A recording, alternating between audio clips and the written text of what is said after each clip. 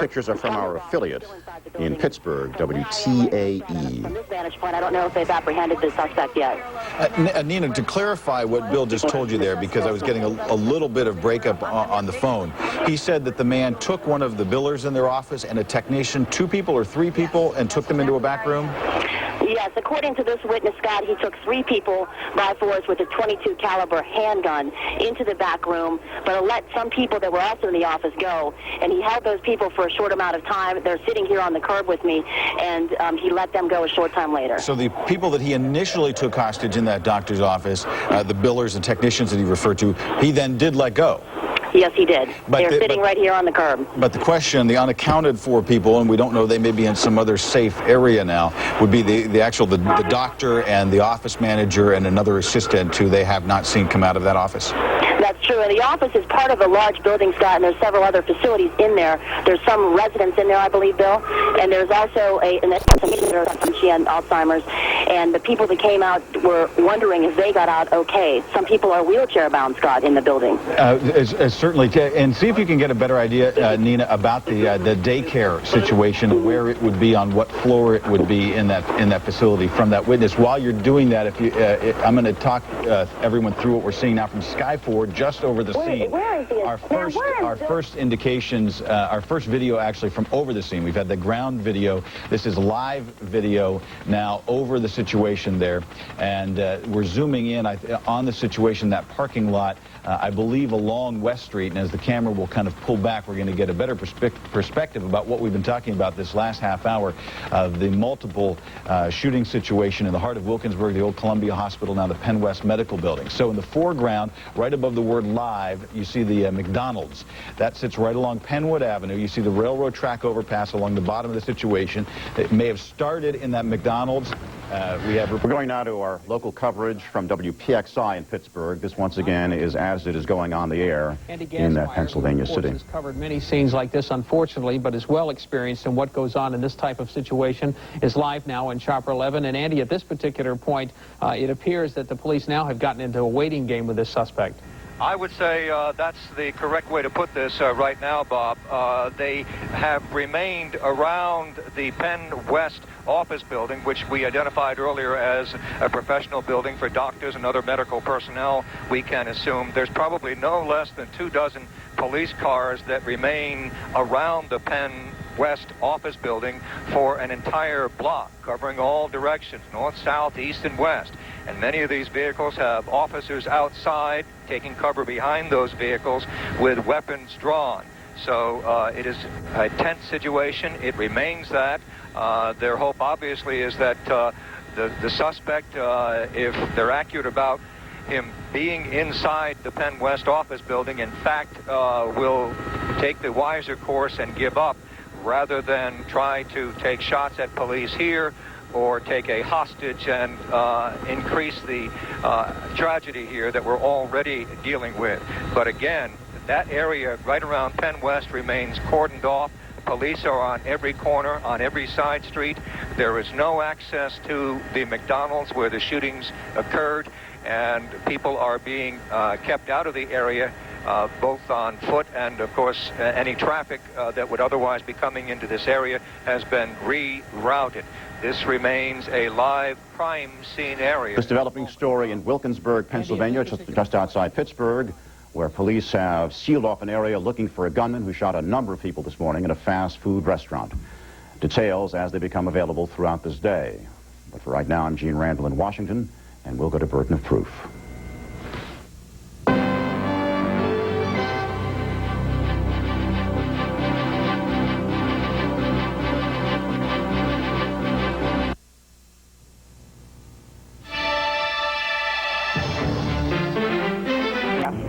What is the condition of some of these people? Are they mobile? These are people who have dementia or are in wheelchairs because they've had strokes.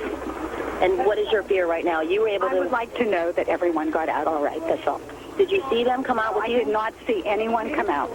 No, I didn't. They could have gone out the back. There's a back entrance. And you were taken out under police cover? Yes, police covered us coming out. And I came out the front door. It was frightening. All right, these people are very shaken up, Scott. They were the people I was talking about live. They inched their way between the cars here, so she is still concerned about the patients inside. Clearly, and this gives us another pivotal piece of information, learning this was an adult daycare center, not a children's daycare center, and obviously a terrifying situation for the people who are inside there, especially those who are suffering from dementia, who may have had strokes. Do we know, Nina, if you're still with me on the phone, if the gunman actually entered that daycare facility, or was the only report that we have in another medical facility? Actually, the daycare center faces, am I right, Nancy, the front of West Avenue, and it's on the first floor. The doctor's office, Bill Simonton's office, was in the backside. So it seemed that the gunman entered the backside, the doctor's office. He never actually entered the adult daycare center. Okay. Was that doctor's office also on the first floor? Yes, it is, but it is in the rear of the building. Get a count here, just as we're getting a sense of that building. How many floors are we talking about in all? Maybe we'll go over to the sidewalk here. I'm still standing on the sidewalk with about 10 people that were escorted to safety. It looks like a 5-story building, Scott. 4 stories and a basement. And the police, actually SWAT has just moved onto this street, which is perpendicular to West Avenue. And they still have their shields drawn, so I'm assuming that the gunman is still inside. Okay, and again, the children that we saw then were not from any daycare center inside. They were children who may have been in the parking lot with adults, and they have been moved back to safety as well. Actually, they have been moved so far out of the perimeter, Scott, we can't even locate them. Okay. Now give me, as you said, what we're seeing now is some SWAT members coming this way and moving actually outside the perimeter and cutting down into an alley. They no longer have their weapons drawn, so I don't know if they're moving the search to a different area now. But they're moving without weapons drawn. That is correct. Now, when you say, and I'll see if the people on Sky 4 can kind of zero in on the building now. We may be able to watch as the officers make their movements there. Is this an alley that would be midway in that block between Penn Avenue and the road that's in back of this complex? It's actually right off the parking lot, Scott, and they're coming down around the garage area right now and looking like they're looping back around towards the parking lot. So I don't know if they're receiving information on their videos about where the suspect may have gone, but now they're actually cutting in behind someone's backyard and jumping over a fence. I see, trying to get a perspective from all the different angles. I do know that one thing that, to make clear what Scott Stiller said about West Street running parallel, West does intersect Penn Avenue, and it also then kind of makes a right turn and parallels it for a part. But again, right now it looks like the gunman who is, and we think right now we're talking about a single gunman. There may have been somebody else with a gun back at that McDonald's parking lot, but we've not heard about any other situation where he may have moved on and be involved in this at this point. The person is in the building along West Street on this block between West and South Trenton. And the word that we heard in the last interview situation from Nina is there were at least 10 patients in the adult daycare center there, people who've suffered from strokes, who need constant care, certainly not in great degrees of mobility or in a manner to have their wits about them to respond if they were not being given active care. So there's concern for them. They may have gotten out the back because there are 2 entrances. But what we do know is that the man went into a medical office on the first floor of this 5-story building. He grabbed several of the people who worked in that office, the clerking staff, a technician, took them into another room, sent out the other people who were in in that office, and then at some point let those people go as well. But there seemed to be some uncertainty about the doctor in that office and the manager in that office, and so we don't know if he's continuing to hold those hostage. Last we heard from Wilkinsburg police, they were considering this a hostage situation. Now, to get an idea of what we're learning about the victims, we had heard 1 person critical at Mercy Hospital. Sean Yancey had seen at least 4 ambulances leaving the scene. Ted Coppy is now in place at UPMC. Ted, hearing there. Well, Scott, right now it's a very busy situation here at UPMC Presby Hospital. We're told that they have 5 of the patients 5 of the victims brought here into the emergency room. However, the hospital is not releasing any conditions right now. And I do know, as you mentioned, from Mercy Hospital, at least one critical there. A spokesperson says they may have 3 or 4 more on the way to Mercy Hospital. I also spoke with Allegheny General Hospital this afternoon. They say they're on standby. Not sure if they're going to get any victims themselves, but they're certainly waiting and standing by. Meantime, as I mentioned, things very busy here at UPMC Presby. We're going to have more information as soon as it becomes available for all of you. I'll send it back to you now, Scott. Okay, Ted, thank you for that. One thing that we should point out, some people may be wondering why would they be rushing people off to the hospitals in the heart of Oakland when there's a hospital right down the street. Well, that is the old Forbes Metro location. It is now part of the life care system, and it does not operate an emergency room, so they're not set up for triage. So even though people in the history of that location may remember Forbes Metro in operation there, just a block or two down the shooting scene, it is not a functioning emergency room, a functioning hospital to handle this kind of situation. Thus, what we learned to show you the seriousness of this situation, that we know of at least one person in critical condition at Mercy. They're on standby to get more, and Ted Coppy telling us that there are 5 people at Presby. Jim Parsons standing by live at the scene to tell us what he's seeing. Jim, you're in the Eckerd parking lot. What are you watching? Scott, I'm getting out of the way of the camera right now because we're watching more would-be hostages or hostages, not sure which, coming out of this building. I guess being marched out. Yeah, they're being marched out by police at this moment, and you're looking right now across Penn Avenue, east of Penn Avenue, the back of the Penn West building, which most people know is Wilkins' house as they're driving by on Penn Avenue. I'm told by police that are on the scene here that there are still some children inside in the daycare center, which is up on the 3rd or 4th floor. Oh, Jim, now let's clarify on that point because it's a critical one, because I'm going to stop you right here. Two things. One, we saw the line of people marched out, hands on heads. That does not necessarily mean they are suspects or that they are not. They just mean people being moved out of the building and police uncertain about who's who, just making them taking each step at a time here, correct? That's exactly right. It's very confusing, and Wilkinsburg police obviously are in charge of the situation, but you can see a heavy presence of Pittsburgh police as well at the scene right now, Scott. And so, information is difficult to come by and sketchy. Let us tell what we have heard, and we caution by saying that this information is not yet confirmed, but we're hearing from police officers and also from witnesses here in Wilkinsburg is that this may have all started in an apartment building on Wood Street in Wilkinsburg, across from the food bank on Wood Street earlier today at a place called the Woodview Apartments, that this gunman went in there, shot someone in an apartment, and then torched the place, set the place on fire. Now, that would fit. We heard about a fire on Wood Street. We did, and apparently this is where it started. Then the gunman worked his way on foot, apparently, down Penn Avenue, stopped at the Burger King. There was apparently some shots fired at the Burger King. Scott, you may know more about that at this point than I do. And went to the McDonald's where several people were also shot before he moved to this apartment slash office building called Penn West. That's what we know at this point. Scott, do you have a total number of people shot? Because there seems to be some confusion here on the scene about that. Jim, I do, and obviously we've been talking to you and to Sean Yancey and to Ted Coppy and to Nina Pineda and to witnesses as well, so I'll be able to fill in some of the things that we're at least hearing here. Maybe you can check them out as well. What we heard from Ted Coppy is that Presby has 5 people hit. Hey, Scott. Yes. Scott, let me interrupt you for a second. Absolutely. I just watched 2 police officers run into the building. Gary, zoomed in right now on the sign that says Penn West Building. Okay. That is where we just saw 2 officers run into.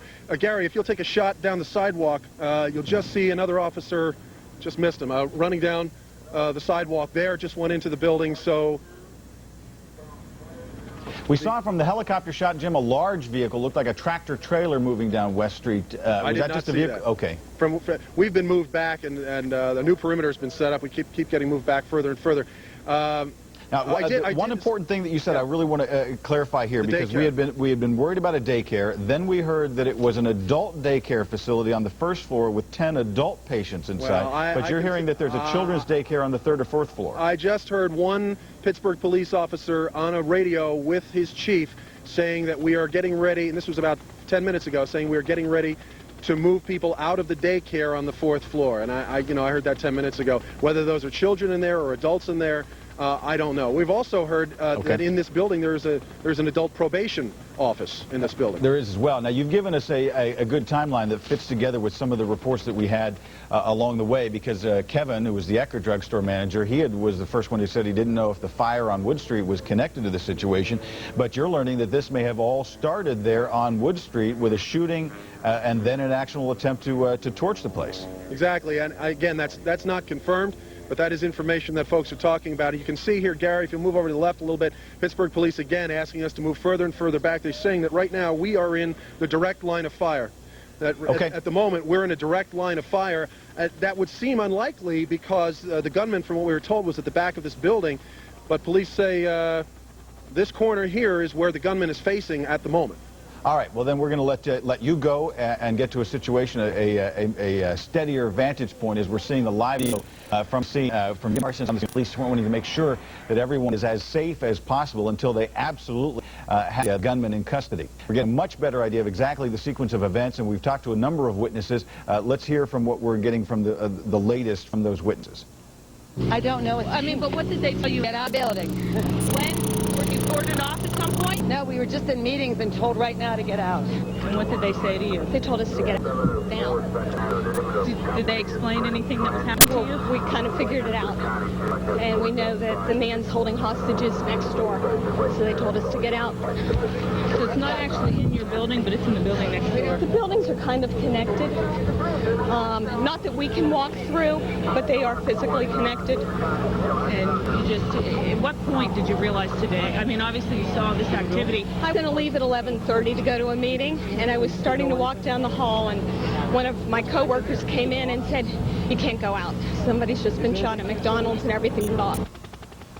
All right, witnesses telling you what they saw, what they heard at the situation in Wilkinsburg. Sky 4 right now along the railroad tracks, over the railroad tracks.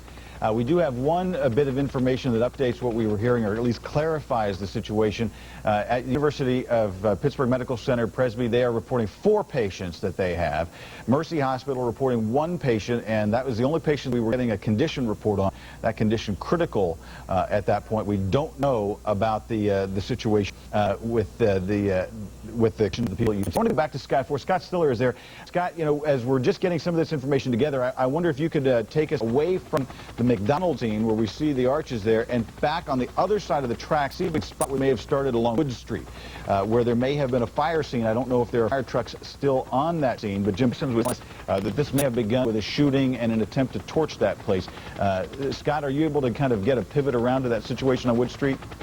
No, I can't right now, Scott. There's some air traffic up here that we're dealing with. I understand. But right now, bear with us. As soon as we can get it for you, you'll have it. All right, and Jim Parsons was saying that he saw SWAT teams, SWAT members moving in fluid situation. Let's go back to Jim Parsons now. Thank you, Scott. We'll come back to you. Jim Parsons back at the scene. Jim.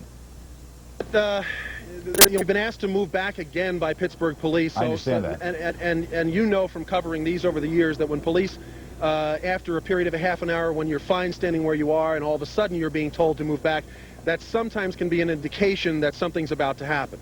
We don't know that to be the case right here, but Gary, can you zoom in on these 2 vehicles? If you see that Toyota Land Cruiser that's moving in here, those are police officers. I know that the red car in front of that contains a canine German Shepherd, because I stood next to that vehicle earlier and he was barking at me. So I know that there's a dog in there. I don't know if that means they're planning on using canine here to try and bring this suspect out of the building. Now, tell us where you're standing exactly, Jim. Are you along West Street? And no, we are on Penn Avenue. You're up on Penn Avenue. What you're looking at right now is we're in the parking lot of the Eckerds, the brand new Eckerds drugstore on Penn Avenue, and we're looking down West Street. Down across the street there. I have Sean Nancy here with me too, and she's talked to some different folks than I have. Perhaps she's got something to share with us, Sean. There was some concern earlier that there is a daycare center in this building, and I talked with a mother a little while ago. She was on her cell phone, and she actually called into the daycare center to see if her child was all right. From what she has been told, the kids are inside and they are fine right now, but that's what we're hearing, at least about the kids inside the building for right now. So you've confirmed that there are children. Actually, there's a daycare center with children inside the building, and they're still inside. There was a mother with her cell phone, and she actually called in to see if the kids were okay, and she was told everything was all right. So that's what we know about the kids so far. That would make sense, Scott, as to what the police officers may be about to do here. Remember I said we heard earlier, I heard a police officer talking to a chief on the radio saying we're getting ready to move the children out of the daycare center. We're keeping an eye open for any movement at the front of the building. From the other hostages who have come out of this building, Scott, it would seem that they would be coming our way. So we'll keep our eyes open. And we know, Jim, and that does help clarify, because obviously we were concerned right at first about a children's daycare that may be involved, and then we heard that it was an adult daycare. So we may now have two different daycare situations, one on the first floor and then one up on the third or fourth floor that may involve children, but apparently the parents being told that everybody's okay in there. Correct. Let me ask you, Jim, what about the people that we saw being marched out of the building with their hands on their heads, and we saw that live? I don't have tape to go to of that at this point. Where did they take those people? I did not witness that, Scott, and so I don't know. I don't want to be in a position where I'm asking you what you saw. Right. That was apparently on a different side of the building than one I witnessed. I saw citizens coming out of the building with definitely not their hands on their head, and they were running. If you saw folks with hands on their head, they may have been suspects, but I just don't have information on that. And when we had to stop talking to you the last time, as police were moving you back and we lost the live shot for a time, we were talking about you see two police officers going across the street right now, Scott. Let me interrupt. Gary, move over. Gary, move over here. There you go. Here we go. Here we go. More people coming out. Okay, we are right now, Scott, watching folks coming out of the building with hands on their head.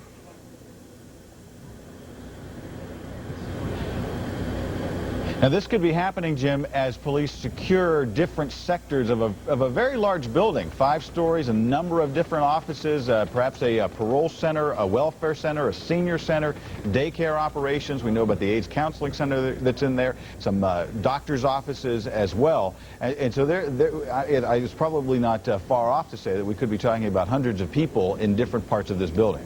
Yeah, Scott, I was just watching there, and I didn't see any children. Of course, you've got the advantage of a zoom lens, and I can't see that at the moment, but did you see any children coming in? They all look like adults to me. It did not look like children. It looked like adults to me, but it might make sense if they are talking about a 5-story building. If the children's daycare was on the 3rd or 4th floor, if they maybe, as they move up the building, getting closer to them. Scott, it looks to me like there might be some more folks coming out the way the police officers are still. Yeah, okay. Gary, if you take a look down, you'll see someone running. You'll see an officer running across the sidewalk at this point. It looks like there may be some more folks coming out at the moment. Let's watch and see what we see. We were talking, Jim, about SWAT team members, Wilkinsburg police, I imagine state police as well. Yeah, you've got state police out here, you've got county police, we've got Edgewood police. This is obviously a crisis situation, and all hands on deck is the attitude. But we don't know if there's been any contact with this man. They described it as a hostage situation, but you've gotten no indication that they have had any kind of phone connection to again, Scott, when I first arrived on the scene, it was over an hour ago.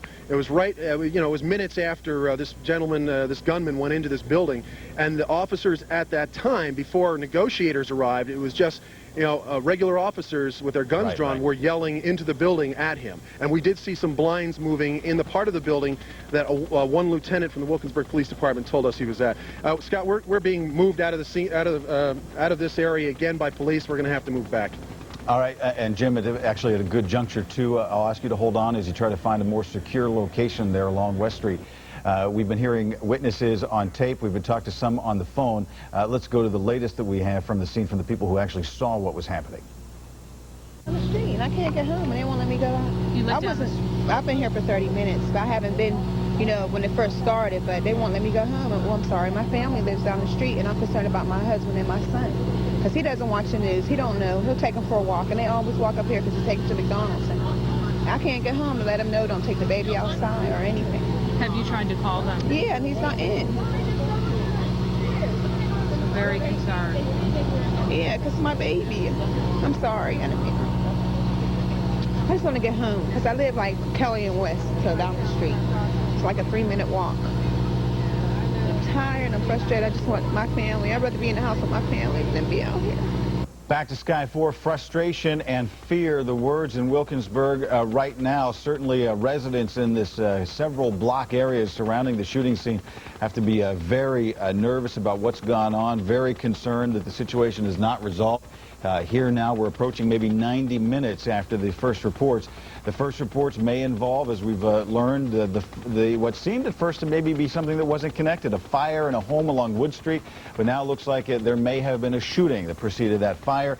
Jim Parsons then learning that the gunman may have moved down Penn Avenue. Perhaps, even though we had reports that there was a shooting in the McDonald's, he may have stopped at the Burger King, which is at the kind of further down that street, and then come back to the McDonald's. Patrons in the McDonald's telling us they saw men arguing in the parking lot, guns drawn, shots fired. We've seen ambulances leaving that situation, at least 4. We know that there are 4 people at Presby. We know that there's 1 person in critical condition at Mercy.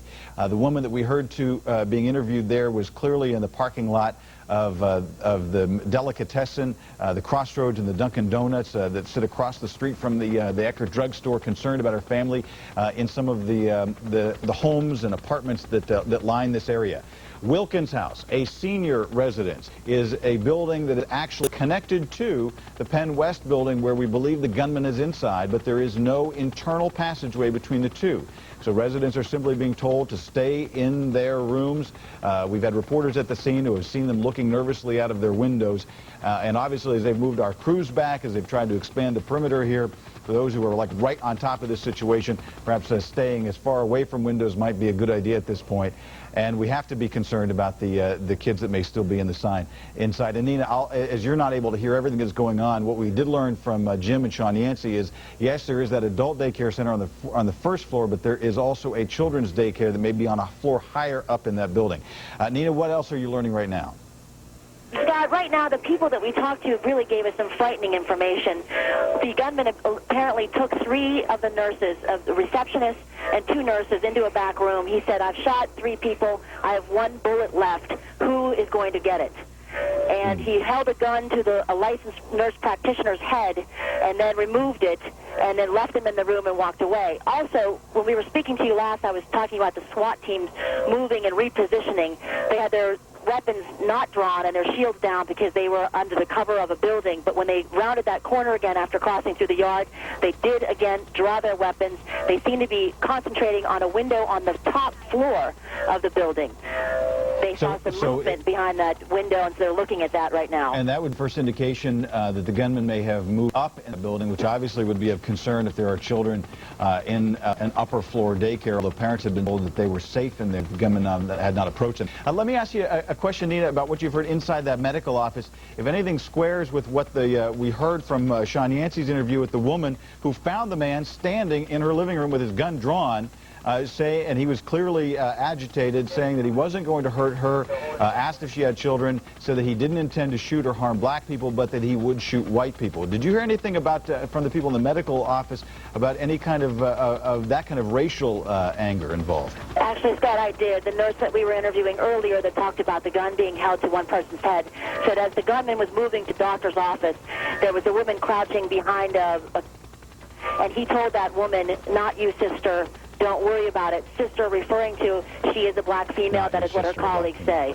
And he remains hiding, her colleagues believe, inside of the building in that bathroom. He let her stay in the bathroom and took the other 3 nurses, the 2 nurses, the receptionist, to the room where he held them for a short time and then left. Nina, thank you. I'm going to ask you to stand by just for a second with that chilling account of saying he had 1 bullet left and who was going to be next. We're going to go back to Jim Parsons. We're seeing Jim Parsons live.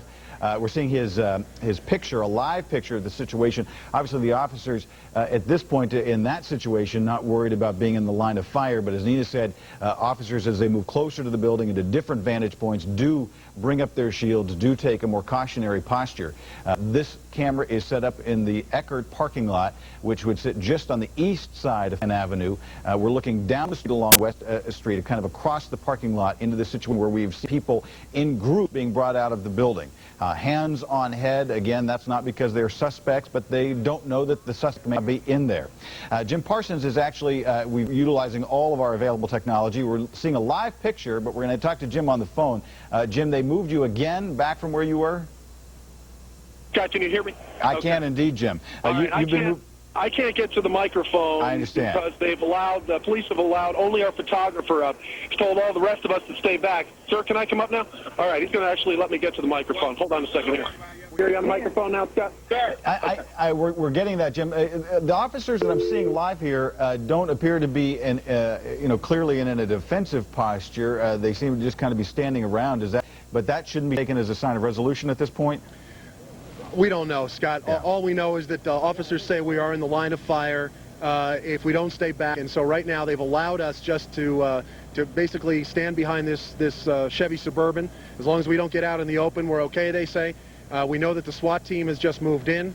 And it's uncertain at this point as to what we're seeing at the moment. We have talked since I spoke with you last. I have spoken with some other officers. They say a total of 5 people have been hit. I don't know what the latest number you have is.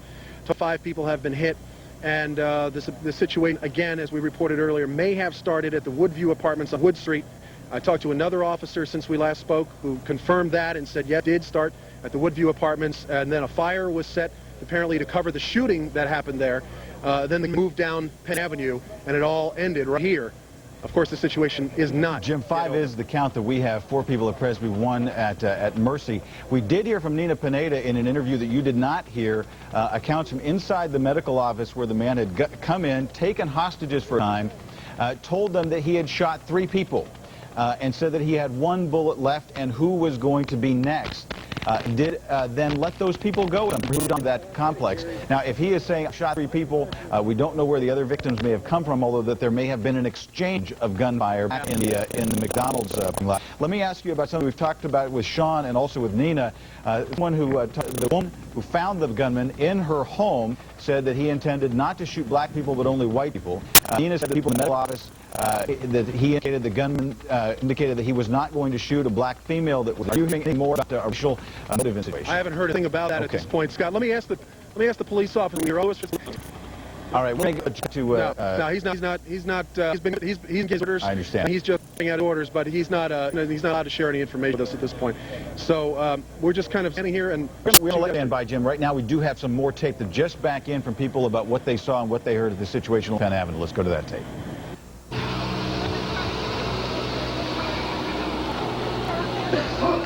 This apparently is video that we have from the scene. I don't know about sound. Can you tell us what happened? What went through your mind? We thought we better just stay put and stay away from the windows. And just a minute ago, the police came up and said, get out.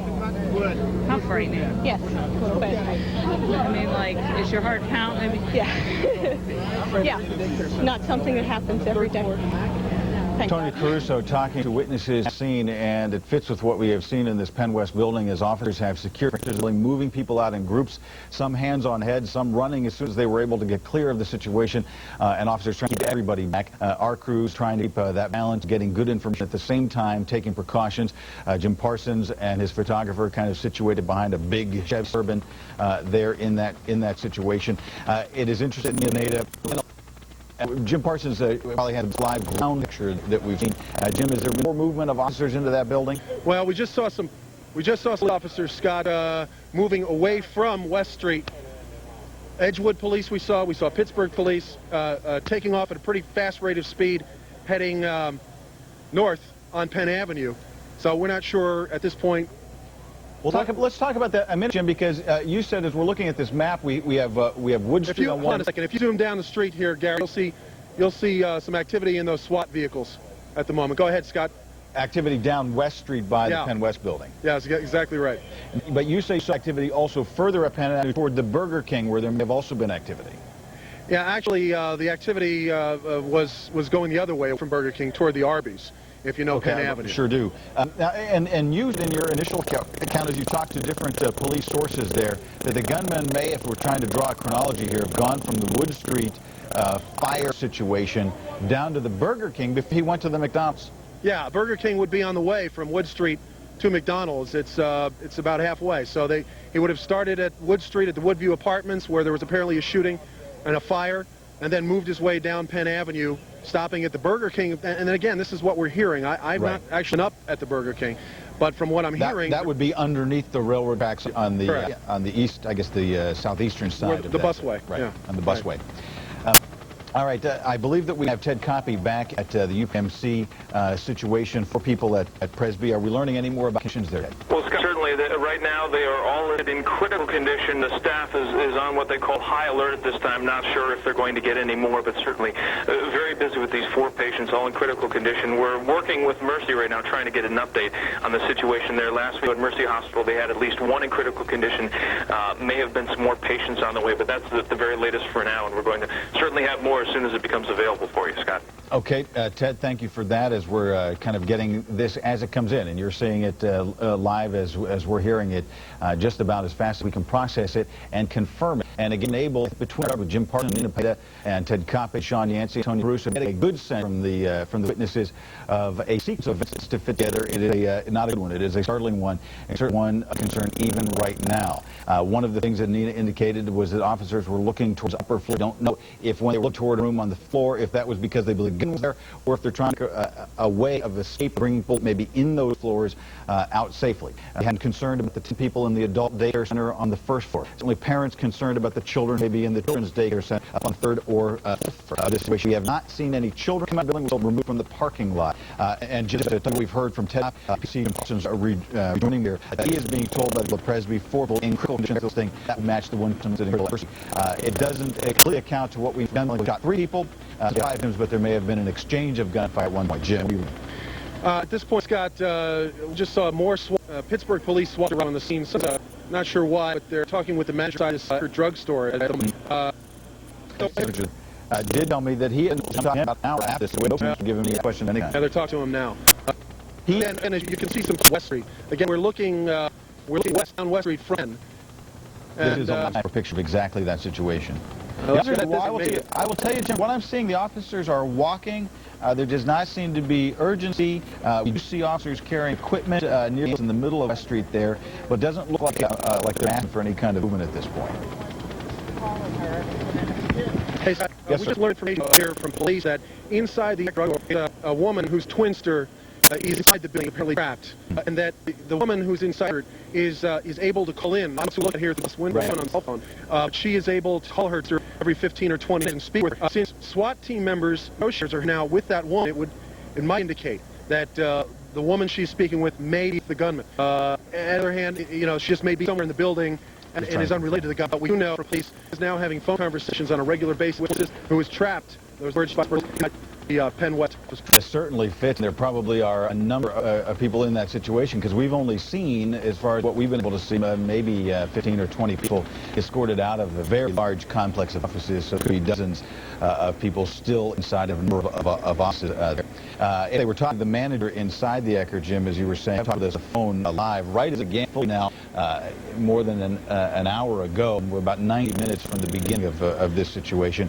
He said someone ran into the Ecker drugstore, said that somebody shot in the... I'm going to start my counting here and to bring you on that, but we do have one on the phone. Debbie is her name, and we that Debbie Sivitz, you are actually inside. Debbie Schulman, you are inside facilities involved here. Debbie, where are you? We're in offices of Home Health and Sivitz Hospital. We're in the building, and all I know is that the police know we're here and that we're safe. And that is a good word indeed from your report on the 2nd floor, and certainly the police will be glad to hear that as different people have been trying to call to them to get reports.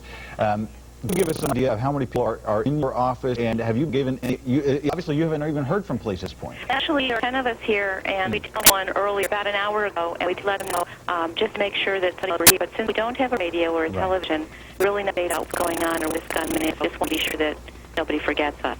Debbie, we believe that he is still in the building. We know that he went into medical office on the 1st floor, took hostage there at one point, released some of them, maybe holding hostage. We don't know if he is still in that part of the facility or not. Tell me what you did here. Let's take this back to the beginning.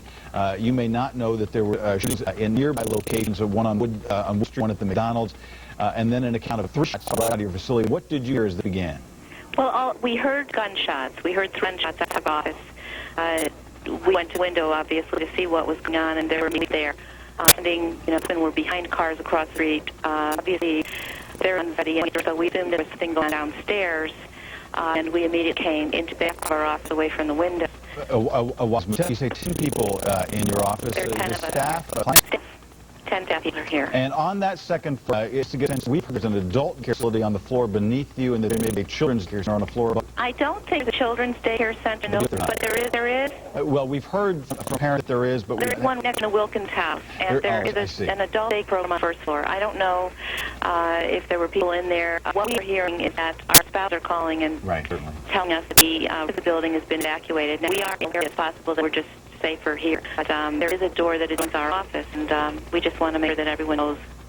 Debbie, we thank you for that. Gunmen. Exactly. And at this point, it doesn't seem to be monitoring what's going on. We have a chaotic series of movements by him that may have taken from the scene at the Woodview Apartments on Wood Street to the Burger King and McDonald's down to Penn West. Again, everybody reporting 3 shots fired there.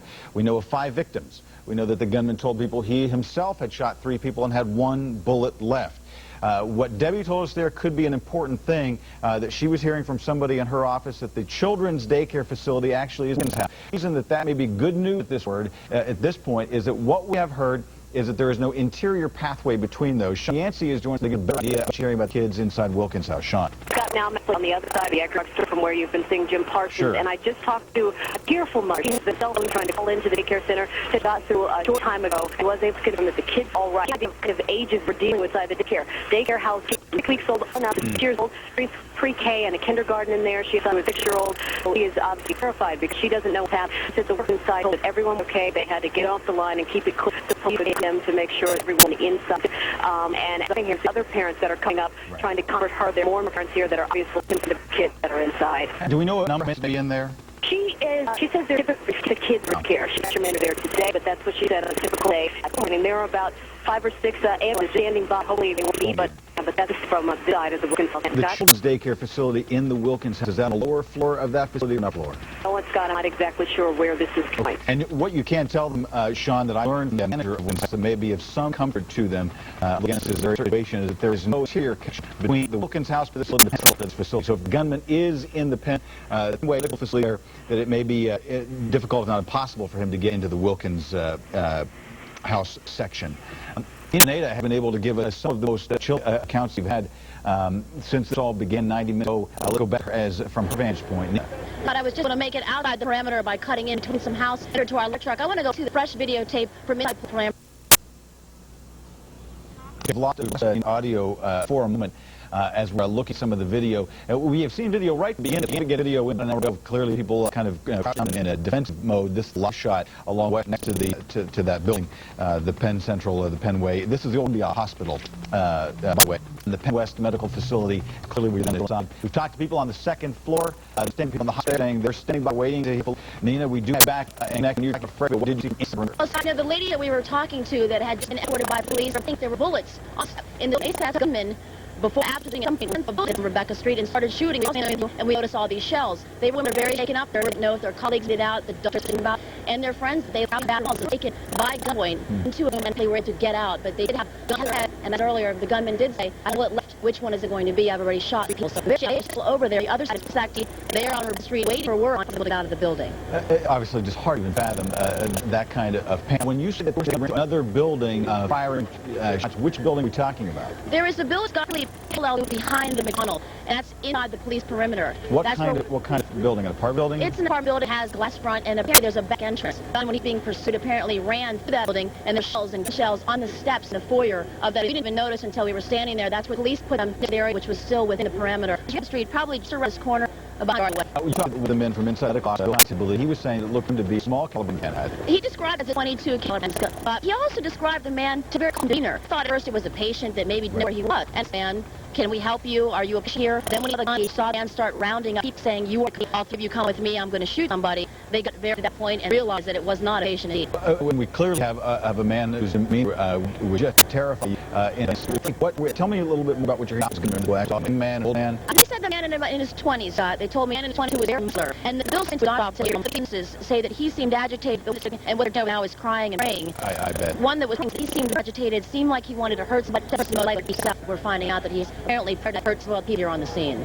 Right. We do have a 5 critical condition, and then if he said he hadn't left, nobody has reported hearing another shot. Would that be correct? Scott, when they came back to the other side, the police with their weapons on and children running around and looked to see on the fourth floor of the building on the side. They saw some movement on window since the earlier one. And could be movement just by people in those buildings and offices trying to get out. You said at one point the gunman actually did put the gun to the head of one of the people in that medical office? Yeah, it was an LPN, and she is just so shaken up. We have some children coming out here. We're going to go right to the video. This would now be and have an our cameraman. situation. And are they coming out of the building? All right, we've lost that live connection. Our Sky 4 for the situation. The first scene of children being moved out of these facilities. We've seen we've seen adults coming out in groups. We see children being brought out. We have a kind of an unsafe. We could go back to Sky 4 for just a second, and if Scott Stiller and Sky 4 could zoom in down to that situation on West Street as close as they can get. This would be an encouraging sign for groups of children, and it does seem to be the kids with their hands in the air is the kind of thing that breaks your heart. Again, what we would know would be that the daycare facility for children from the facility, they have been maybe third floor, and there have been just different reports. This may be the kids from that third floor in the Wilkins house. The parents telling our Shawnee Nancy maybe 50, 60 kids at a time in there. The residents of Wilkins house, a senior apartment facility, have been kind of just to kind of stay inside their homes. Clearly, the desire to get the kids out. Kids from weak, some very years of age, those walking out, and the kids have to be certainly scared. But if they're coming out now, this will be a very big parents who have nervously waiting many churches across from Penn Avenue in this situation. We have been obviously trying to put together the information about victims, about what might happen next, and wish we had some way to tell you that the situation was resolved or controlled. But right now we don't know that to be the case. It looks like one group of people are coming out of a door right along side West Street there. We've got a good map here now that Mike Stone in our weather center is. Now we have right across the street. You can see from the camera kind of pan real quickly away from the scene on Penn Avenue. Where we saw a group of perhaps people who had been taken out of the building. This is a live shot. Not along Sky 4. You're seeing Penn Avenue right alongside. That is the perimeter. We're full of parents, perhaps worried for children, and waiting. And this may be the scene they've been waiting for, the relief of having their little ones in their home, sure that they are safe. That is not people who have friends, family members who work inside the Penn West building. People in contact by cell phone. Jim Parsons talked about a woman with a twin sister inside the building. We talked to the folks inside the hospice facility. The second floor, the 10th member telling us they just wanted police to know that they're there, that they're waiting, they're down and back away from the windows. And right now, from the most intense and the full medical off on the first floor, the gunman came in hostages. The gun to the head of a nurse there and said, "Who is going to be the next this last book?" Nina is back in the scene. Nina, I had a good vantage here with Chrissy, but did look like these may have been the kids from that daycare center in Wilkins house. Yes, we did, Scott. We were right here on the side of the road when they came out the sidewalk and moved in front of Crossroads convenience store, and also by the there were some hands that were over there. Also, we saw police got out. It looked like there was about a dozen or more long teachers and counselors. The police have moved us behind. We were standing the other side before watching the kids. There's some cost for a long because they moved all the reporters and the people standing around here behind the vehicle. So good for to get out. We saw a dozen people, a long stream of very small children, some being carried by their teachers and media parents. So what a relief for the parents. And as they kept reporters and people out of perimeter, and I know that you are going to put in a good guess exactly they can. You actually inside that perimeter, very close to the building at one point. Were you by? I was and be able to show you this big at 5 and 6. Seen a little bits of it already, but he was the only by police perimeter where escort people out, and we were only able to go out by people's homes to get to the other side. And now, of course, we can't get back. My colleague Jim Parsons, he does some stuff. Okay, let's bring him and a team of reporters who are gathering lots of information from a number of sources. I don't have any feedback here. We like police. Gunman apparently still with us. He's still alive. That he is a relative of his keen to help him negotiate to bring him built. So by the scene, we didn't know who it is. Well, we have heard a name on the police scan, but we don't have that. So I'm not reporting that at the moment. We know that police who knows Jim and will say that his name is Dante. His first name is Dante, but again, we're going to ask because we have it confirmed at this point. But apparently, he's running out of the scene, help negotiate and him. He described Jim as a muscular, 20s, very calm in demeanor. I think that so far the children get out. You were shot there. Were you able to see reunions of parents during the parents? No, we're actually inside the perimeter. It's about every camera house and our police have allowed us to see here as we started here. So the video you're seeing of the children going in is as close as we can get. We went over that Crossroads store, and that's where they seem to where they're being reunited with their loved ones. I'm going to ask you because I'm going to move in the theater for a minute and I'll away from you, but I think it'd be helpful at the point we've been there for a 9-minute situation began 2 hours ago. Walk us through the time that you understand. Well, the situation is I was in the newsroom. It's been, we heard the information coming over here. I'll head down here. As the snow is very close. We got here before most of the police officers did. There were Wilkinsburg police, there maybe half a dozen. In the corner of West and Rebecca, guns drawn. We blew up on situation where guns were drawn. Police officers were screaming to citizens to stay down behind their vehicles, the ones who were inside. And they were yelling at apparently the gunman who was inside. On the back side, if you're on Penn, the back side of the Penn West office building, we saw the blinds move. They would scream. Officers were definitely agitated and pointing up, and they were screaming for how to get down, to not stand by the window. There were ambulances. It was very, very chaotic. Then a situation of calm started to prevail a short time later. We have on Yancey with us here next. She has one with her that I think she'd like to introduce us to. Right, and this is Joni. Joni, your sister was inside of her. Tell us what she said, what was going on. She was the president, or the last talk from the building. I believe she was in while she was there because we communicated via cell phone 10 minutes. And this had to be pretty scary for you. No, it wasn't. Very scary. So you think that she's been evacuated? I saw her being evacuated from the building. Did she tell me about what police were saying to her when we were inside? Apparently, there were no police actually on her floor. Except for the buildings adjacent to the building. The suspect was in. Okay, but everything seems okay. I have some comfort when I see her. Thank you very much. All right, then I'll back off to cars. Okay, we're looking back now at the keys. I know we don't want to get feedback. We're looking at a minute, Gary, and just take a look. Down West Street, the two-way point is we go Sky 4th and Sky 4th this moment. Jim, you cannot see, but I'm watching Sky 4th. There were 4, maybe 5 officers slowly moving to the entrance and then slowly moving into the building. Another officer coming up right behind him at this point. I was looking to see if maybe they had a relative, the person that he related to, but I didn't see that they were all officers from the point of where I am. I'm sorry, but policeman had us say hello. I don't see anything happening there. It pulled down. I will tell you, talk about it that is, I'm going to say 30 yards past the ambulance. You can't see. You're down west and see that ambulance from here. Again, 30 yards down. There's a side entrance there, and the officers did that building slowly, guns drawn. Clearly, analytic materials at that. You know, that entrance you're talking about there, that's Rebecca. And that is where we first arrived on the scene at 10 to 12. When we first arrived on the scene then, where officers were yelling into the building, apparently yelling at the gunman, yelling at citizens, and that's where ambulances first arrived to. Not to the Penn side, but the back side where you saw those officers going. Okay, thanks. We're going to come back to you just in we had Teddy at Mercy Hospital. I believe, Bob, we've been paying medical there. I think the people here have said that they were in condition. The 65-year-old man described from Wilkinsburg is a single gunshot wound to the head. He's been here for some time. The hospital has so far not received any additional victims, but they have been told to be on standby specifically, if necessary, to receive 2 or 3 additional patients. Now, that necessarily an indication that there are other people yet to be transported. There's a coordination that is underway with emergency management right now with hospitals in the area, and Mercy Hospital part of that coordination. Emergency ready to receive others. Hopefully there will not be other injuries, but they are prepared for that. So once again, a 65-year-old man told from Wilkinsburg in good condition with a here at the hospital. Bob Mayo, Mercy Hospital, is first of the nature of the wounds. You've heard that county 4 people at the UPS also in condition. We don't know who those people are just yet. The standby reports both Mercy and Prep have been expected, but we've not seen ambulance. So this process, our Sean Yancey, who had been down there, very soon saw 4 ambulances at least. That's running our coverage now is approaching 9 for just 2 hours. We've been shooting happened along Penn Avenue. We have a picture in the back along Penn Avenue. We've seen officers then trying to move people back away, taking kids out of the parking lot, trying to calm people down and trying to get information. The SWAT team members are moving in position with what we're seeing now. We don't have audio connection. We just have the video connection to this. They're moving in careful coordination in a line around this Penn West building along Penn Avenue. It is clear that from what we saw Sky 4 live minutes ago and from this right now, they are moving in. Now, it does not mean that they're moving in, leaving. They have a way to get to the gunmen. I do understand there's now tape that was just fed in. So while you were seeing the word live there, what you saw was on tape. And so as the officers move in with heavy with shields up, that may not mean a confrontation with a gun. That may mean people out, mean people safety. We know 10 people who were waiting in that hospice on the 2nd floor. We saw dozens of kids brought out of 3rd floor daycare center in Wilkins House. And so they pull out a group of people who sitting in worry and in fear for this last 2 hours. Maybe some of that from well and where to bring the people out as they can safety. The thing you have to remember is the leader of the gun.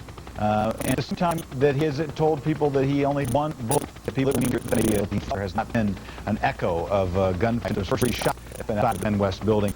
The first indication of shooting came from the McDonald's. That was about. Then it seemed maybe it was in a home along the street.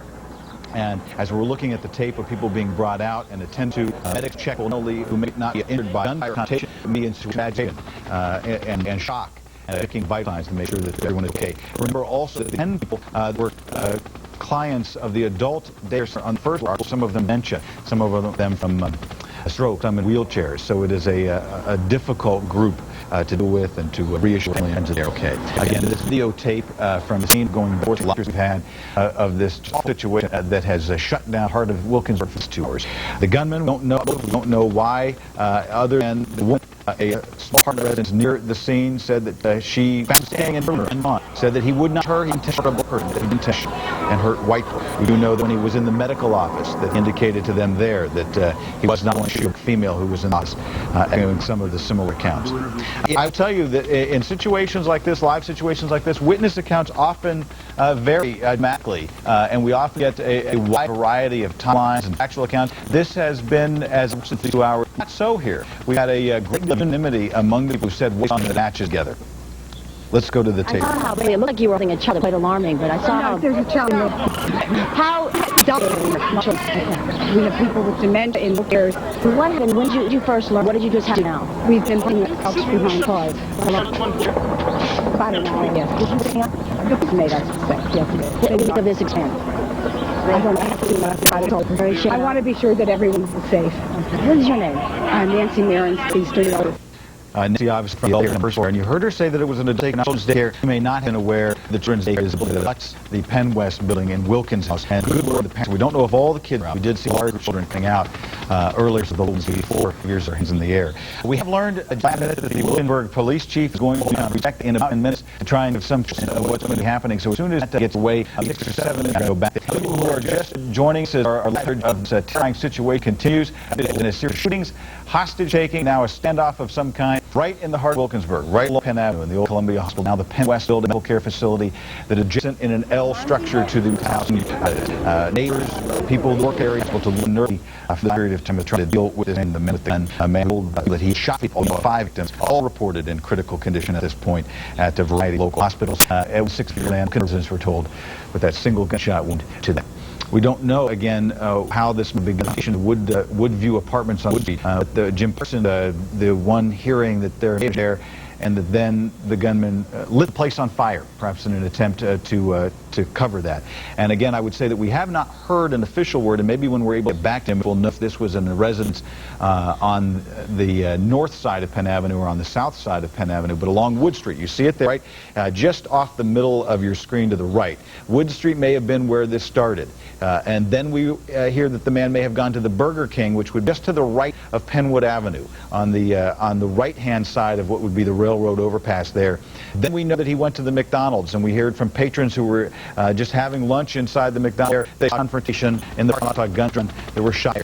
People ran into the Eckerd drugstore across the scene, saying, that's later, 3 shots fired up outside of the Penn. Sean, you see one of the very first people down at the scene, and we're going to go back to her live now. Sean, what are you learning? Scott, still in very tense moments, but just heard that the the apparent suspect's brother and sister have been brought here on the scene to try to talk the suspect out of the building. Police right now are trying to move them in place and establish contact with the suspect. Again, his brother and sister are here on the scene. We will have more information for you as it becomes available to us. Scott? Sean, that would obviously be encouraging news to the people who have family or friends inside the building. Do we know, though, if they've actually had direct contact with the gunman? As far as we know, the police are still trying to get them in place and actually try and establish some kind of contact with the gunman. But at this point, we don't believe they've had as of yet. But a brother and sister brought to the scene. And when you say contact, are we talking about taking the relatives inside the building, or will this be an attempt to maybe perhaps make phone contact? I think at first, Scott, they will try to establish some kind of a phone contact, because I don't know that they've exactly made contact with the gunman yet. His brother and sister are here, and I know they're hoping to get that done as quickly as possible to resolve this whole situation.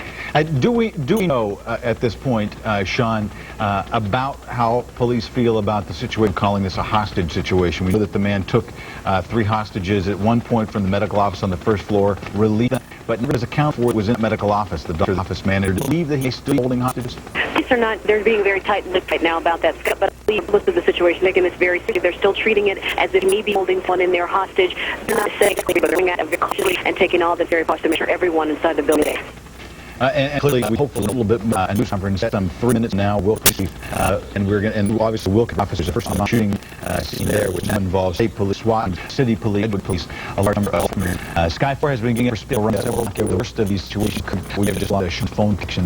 But our team has been able to get perspective from all of this. Sean and Jim, who was perhaps to get close to the scene of the reporter, the perimeter with her topper as people were out of the building and some of the riveting that we have seen. Nina Pineda has been talking to a number of witnesses, and some of the video that we've been showing you has been unedited, and that accounts for sort of the herky-jerkiness, but it is certainly giving you a sense of the chaos that they feel on the scene. And again, this may be... and we're getting some tape in of some more witnesses, but I want to talk to Jim Parsons now about what you're gathering there. Jim, I did see that those officers entered the building, but we haven't seen them come out, I don't believe. No, we haven't, Scott. I'm told by police on the scene that the gunman's brother and sister have arrived on the scene, and that they are. We don't know if they're actually having conversations with the gunman at this point. We don't know what the status of the gunman is, but that the brother and the sister are on the scene. We know from looking down West Street, we're across Penn. Looking down West Street, as we're looking down West Street, we see police officers standing around, which is different from what we saw just about 15 or 20 minutes ago when they were all crouched. They seem to be relaxed at this point. I don't know what that means. We have some other information that we can share with you at this point, Scott. I just spoke with Dan Pratt, our video journalist, who was just over on Wood Street with Sheldon Ingram. And I think Sheldon's going to be able to tell you firsthand about this in a minute. But Dan has just told me that as they were over there where this apparently all started on Woodview Apartments on Wood Street in Wilkinsburg, apparently this gentleman, this gunman, lives at the Woodview Apartments. He was having some maintenance work done on his apartment this morning. He was upset with the maintenance workers, this is according to neighbors, witnesses, and opened fire on one of the maintenance workers. And then the situation just escalated from there. The gunman left the apartments, worked his way down Penn Avenue, and continued shooting. And so if he torched the facility, he was torching his own residence at that point. Exactly. I asked Sean this real quickly, Jim. She was telling us that perhaps the brother and sister were being brought into the scene. Okay. Did this seem to be, from your indication, that they were going to be taking them into the building, or this was going to be an attempt to make some kind of phone contact? Well, of course, you know, we don't even know if they've had any contact. We don't know what the contact. We don't know if there's been any contact at all. We just know that that they did bring these relatives, this brother and sister, on the scene, perhaps to help. You know, my experience with these situations, I've covered a lot of them over the years, Scott, is that when police officers start acting as relaxed, Gary, if you can show viewers as relaxed as they are right now, it would tend to indicate that we're in for a long haul here, that it may be quite a long time before the situation is over. And I would echo that, Jim. The only thing that I would add is that we have seen these officers kind of in a relaxed posture at that corner at the very same time that we have seen officers intently, guns drawn, shields up, entering the building. So for those of you watching what I'm talking about here, though, is I'm not talking about these officers right here on Penn Avenue. Right. I'm talking about a half a dozen officers who are further down Wood Street, standing right in front of the back part of the building where they think the gunman is located. Yeah, where West and Rebecca meet in the corner back around. Exactly. If you can take a look now, you'll see a SWAT team officer crouched down behind a Pittsburgh police car with getting a weapon ready at this point. Yeah, we've seen them preparing weapons. We've seen them putting on the bulletproof vests and the helmets as we've gone back and forth from the ground shot to the live shot.